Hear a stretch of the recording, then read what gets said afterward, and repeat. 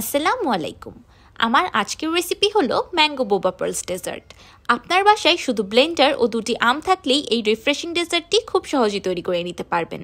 আম সাবুদানার dessert ও mango পুডিংয়ের থেকে আগে বেড়ে যদি ভিন্ন কিছু ট্রাই করতে চান তাহলে এই আমের সিজনে বানিয়ে নিন mango boba pearls. By the way, I am chef Ishika, welcome to iFood channel. Mango boba pearls বানানোর জন্য আমি প্রথমেই নিয়েছি একটি আম। এবার আমি এই আমটাকে ব্লেন্ডারে ব্লেন্ড করে আমের পিউরি বানিয়ে নিব। আমি এই পিউরিটাকে মেপে দেখেছি, আমি একটি আম থেকে হাফ কাপের মতো পিউরি পেয়েছি। এবার একটি বাটিতে নিয়েছি 1 কাপ সাবুদানা। এবার এই সাবুদানাগুলোকে ব্লেন্ডারে ব্লেন্ড করে সাবুদানার আটা বানিয়ে নিব। সাবুদানার আটাটা অবশ্যই একদম ফাইন পাউডার হতে হবে। যদি দানাদার রয়ে যায় তাহলে একটি চালনির সাহায্যে চেলে ফাইন পাউডারটাকে আলাদা করে নিতে হবে। এবার একটি বড় মিক্সিং বলে দিয়ে দিচ্ছি আগে থেকে তৈরি করে রাখা আমের পিউরি আর 2 টেবিল চামচ সাবুদানার আটা। এবার আমের পিউরি ও সাবুদানার আটা একসাথে খুব ভালোভাবে মিশিয়ে নিব। মিশানো হয়ে গেলে এই মিক্সচারটাকে 2 মিনিট মাইক্রোওয়েভ করে নিব। আপনাদের বাসায় মাইক্রোওয়েভ না থাকলে আপনারা চুলার একদম অল্প আছে এটাকে 2 মিনিটের মতো রান্না করে নিতে পারেন। মাইক্রোওয়েভ করার পর কনসিস্টেন্সিটা কিছুটা ঘন হয়ে আসবে। মাইক্রোওয়েভ বা রান্না করে মিক্সচারটাকে ঘন করে নিলে সাবুদানার আটার কম প্রয়োজন হবে আর বোবা পার্লস থেকে ম্যাঙ্গো ফ্লেভারটা বেশি আসবে। এবার এই মিক্সচারটা গরম থাকা অবস্থায় অল্প অল্প করে সাবুদানার আটা অ্যাড করতে থাকবো আর মিক্স করতে থাকবো। এখন আপনাদের অনেকের মনেই প্রশ্ন আসতে পারে সাবুদানার আটাই কেন, ময়দা কেন না? এইখানে সাবুদানার আটা ব্যবহার করলে বোবা পার্লসগুলো খুব বেশি গ্লাসি অ্যান্ড চুই হবে। এবার এই পর্যায়ে আমি ডোটাকে হাত দিয়ে মথে নিব। আমার এই ডোটি তৈরি করতে সম্পূর্ণ 1 কাপ সাবুদানার আটাই লেগেছে। আপনারা অল্প অল্প করে দেখে দেখে সাবুদানার আটা অ্যাড করবেন। আপনাদের যতটুকু লাগবে আপনারা ঠিক ততটুকুই অ্যাড করে নেবেন। ডোয়ের কনসিস্টেন্সিটা কিছুটা এমন হবে, আমি কাছ থেকে দেখিয়ে দিচ্ছি। এবার আমি এই ডোটাকে 2 ভাগে ভাগ করে একটি ক্লিন কাউন্টার টপের উপর রোল করে নিব। যদি ডোটা একদম পারফেক্ট হয় তাহলে রোল করার সময় কোনো শুকনো আটার প্রয়োজন হবে না। এবার আমি এই রোলটাকে ছোট ছোট বোবা পার্লসের শেপে কেটে নিচ্ছি। শেপটা একদম আপনাদের নিজের উপর ছোট বড় করতে পারেন, কোনো অসুবিধা নেই।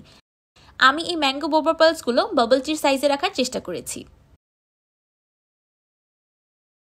এবার 2 হাতের তালুর মাঝখানে নিয়ে লাড্ডুর মতো করে বোবা পার্লসের শেপ দিয়ে দিব।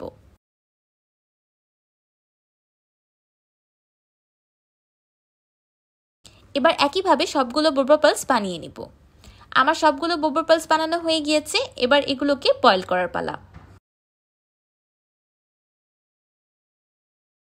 বোবা পার্লসগুলো বয়েল করার জন্য আমি একটি প্যানে পানি গরম করে নিয়েছি।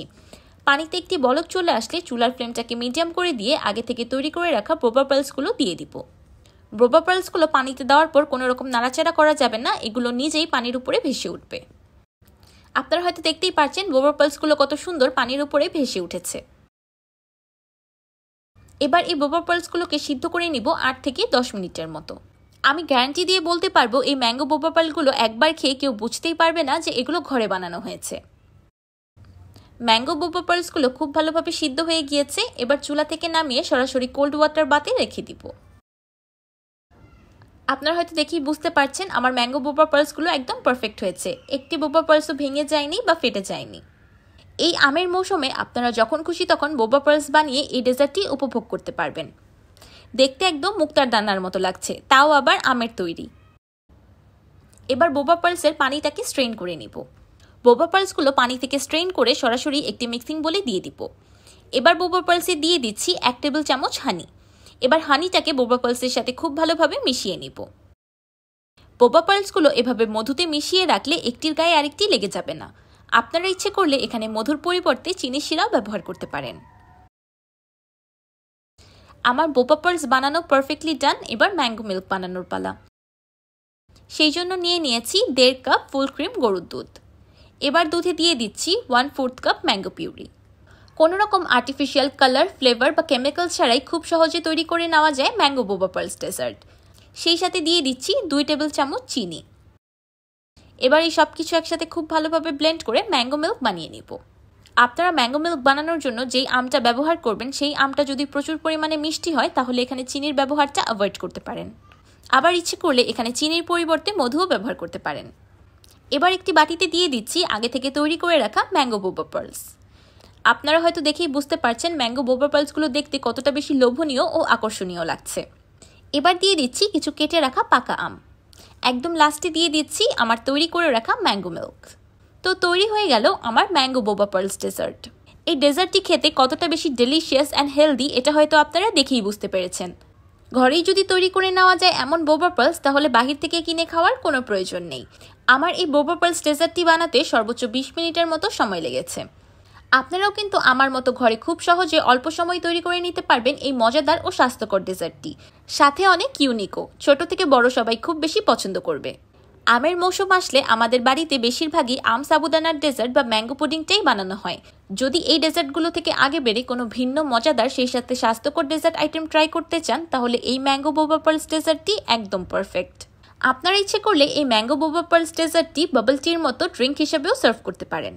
এটা ড্রিঙ্ক হিসাবে সার্ভ করলেও মন্দ হবে না। ম্যাঙ্গো লাচ্ছি বা ম্যাঙ্গো শেকের থেকে খেতেও দ্বিগুণ মজাদার। আমার আজকের এই ম্যাঙ্গো বোবা পার্লস ডেজার্টটি আপনাদের কাছে কেমন লাগলো আমাকে অবশ্যই কমেন্ট করে জানাবেন। ভিডিওটি ভালো লাগলে একটি লাইক দিবেন আর আমার চ্যানেল সাবস্ক্রাইব করে আমার চ্যানেলের পাশেই থাকবেন। আল্লাহ হাফেজ।